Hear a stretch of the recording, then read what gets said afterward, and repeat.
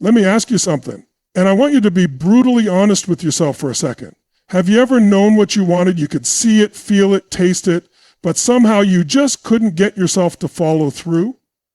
Maybe you set the goal, you made the plan, you even started strong, but somewhere along the line, life hit back. Motivation dipped. Doubt crept in. You told yourself, maybe I'm not ready. Maybe this isn't the right time. Maybe it's not meant for me. And if that's you, let me tell you something right now. It's not your potential that's broken. It's not your dream that's wrong. It's your mental software that needs an upgrade. You don't need more time, more money, or more motivation. You need the right shifts, the shifts in your psychology that unlock the part of you that's been waiting to take over.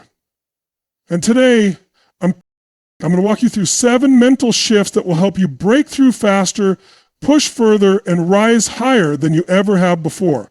If you're tired of waiting, if you're done watching other people live the life you know you're meant for, then don't miss a word. This could be the day your momentum finally changes. You know, one of the biggest lies people tell themselves, the one that keeps them stuck for years, is this: I'll try to lose weight, I'll try to start that business, I'll try to wake up earlier. And they say it like it means something, but let me tell you right now, I'll try is the language of hesitation. It's the language of someone still giving themselves an escape route. You want to move fast? You want to reach your goals with urgency and power? Then you've got to shift from I'll try to I must changes everything. Because when something becomes a must, your mind stops negotiating. It stops entertaining excuses. It starts finding a way.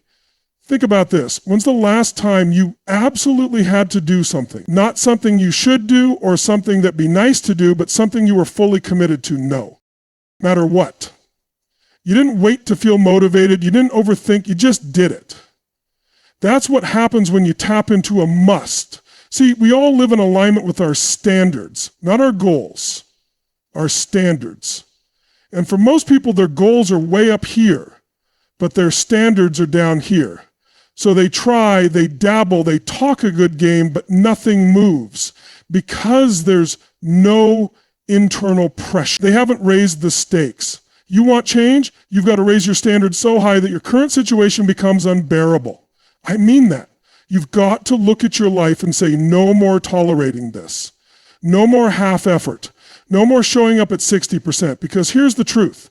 When you make a decision from that place, when you draw a line in the sand and say, I'm done settling, that's when the game changes. That's when your energy shifts. That's when you stop hoping for change and you start demanding it from yourself. Most people think motivation comes first and then action follows, but it's the other way around. Real motivation comes from momentum.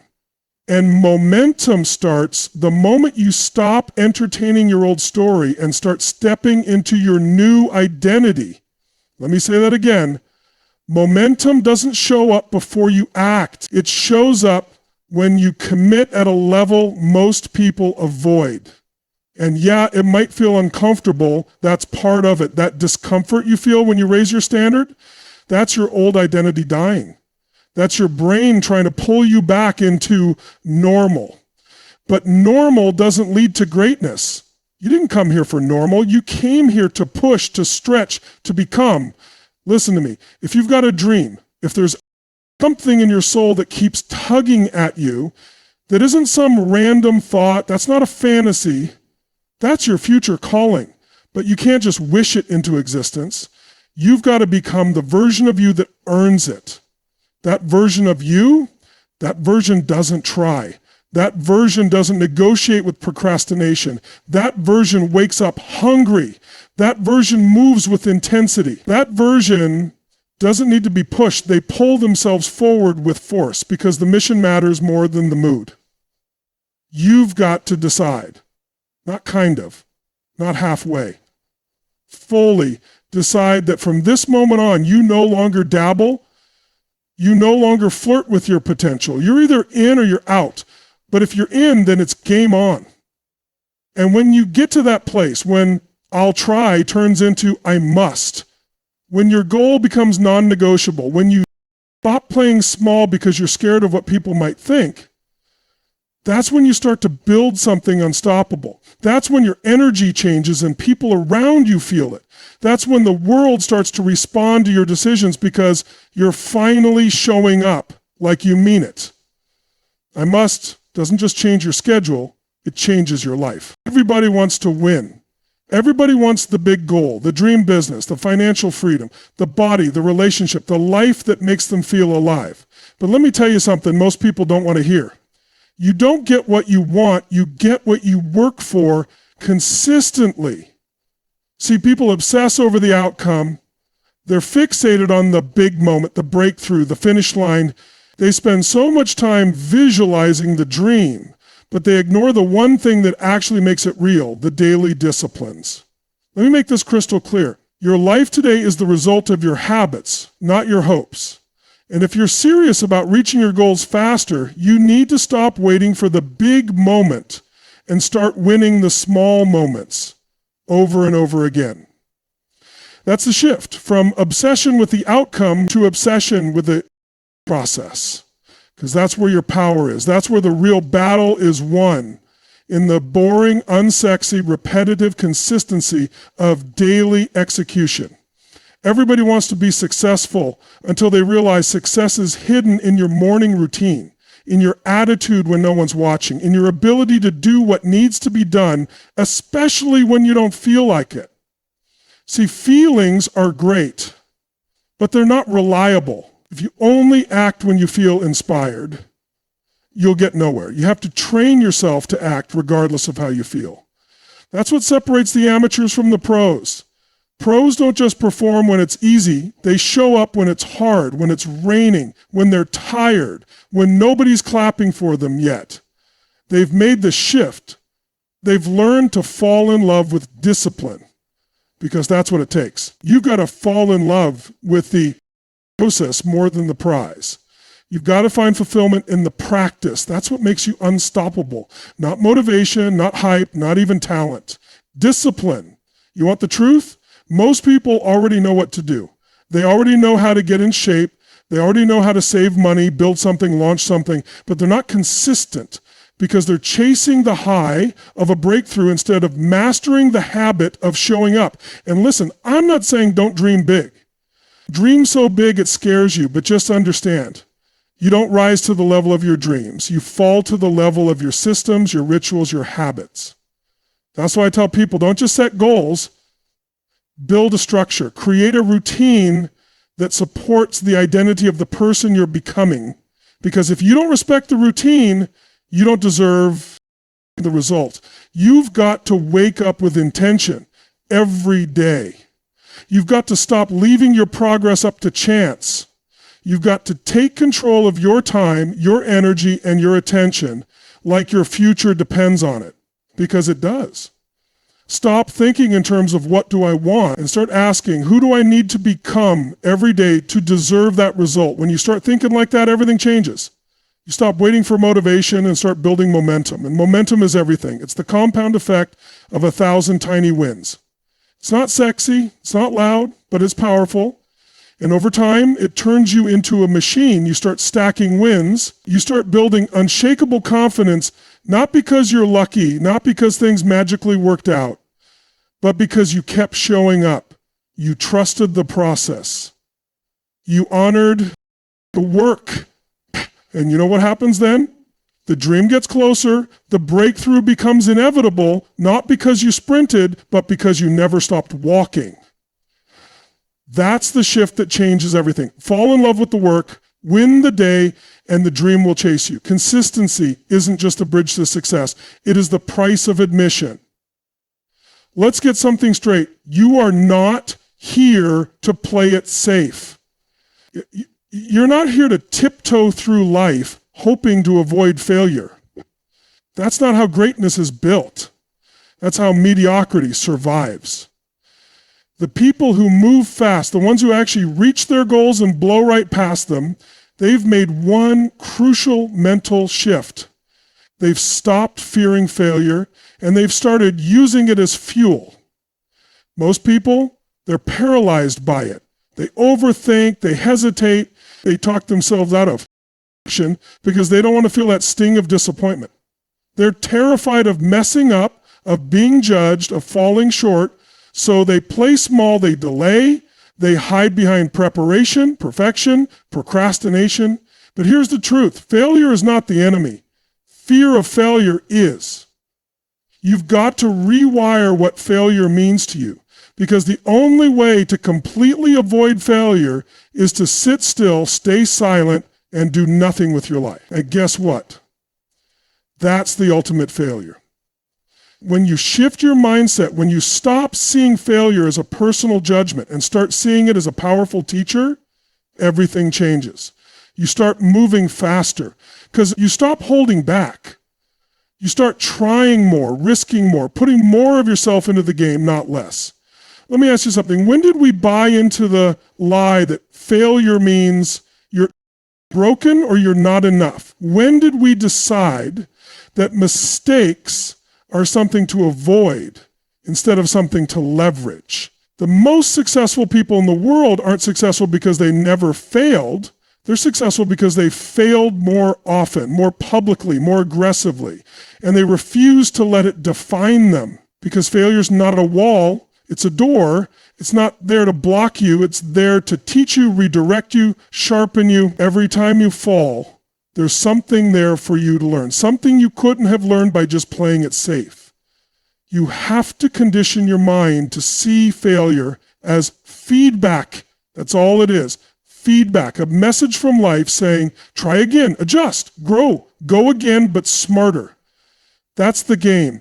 Every champion you admire has been knocked down. The difference is they didn't.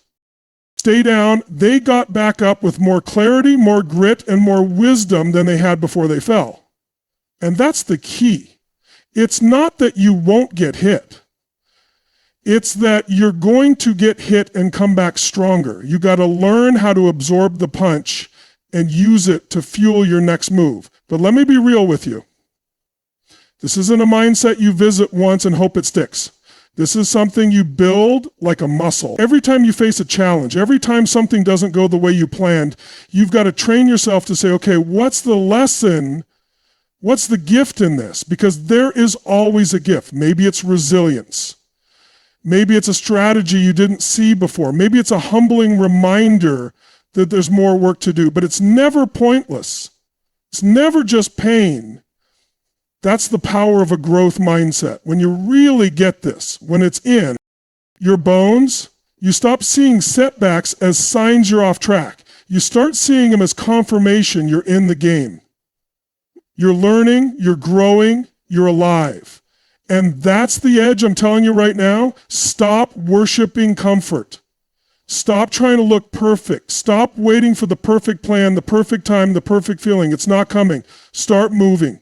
Start failing forward. Start using what the world throws at you as a weapon, not a weakness. Because the moment you decide that failure isn't something to fear, but something to face head on, that's the moment you stop holding back and start becoming who you were born to be. Failure doesn't break you. It builds you if you let it. You want to reach your goals faster? Then stop trying to do it alone. There's this myth floating around, this glorified idea of the self-made person, the lone wolf who grinds in silence and rises to the top all by themselves. But that's not how real transformation happens. That's not how momentum is built. You don't rise alone. You rise with who you surround yourself with, because here's the truth. Your environment is shaping you every single day, whether you realize it or not. The people you spend the most time with, they are either feeding your fire or draining your drive. They're either stretching your standards or lowering them. You've got to ask yourself something, and don't sugarcoat it.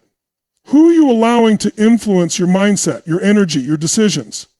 Because you become like the people you spend the most time with, not sometimes, every time. You hang around people who complain, guess what? You start finding reasons to complain too. You spend your time with people who play small, who make excuses, who tolerate average. That energy starts to seep into you like a slow leak. And you don't even notice until your dreams feel further away than ever.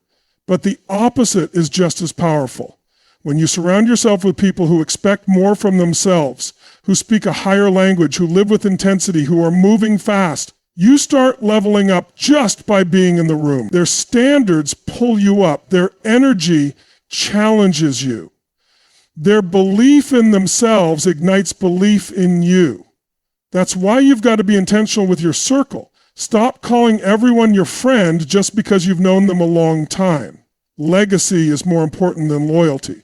If someone in your life is keeping you small, feeding your fear, enabling your excuses, they're not your support system. They're your ceiling. I'm not saying cut people off in cold blood.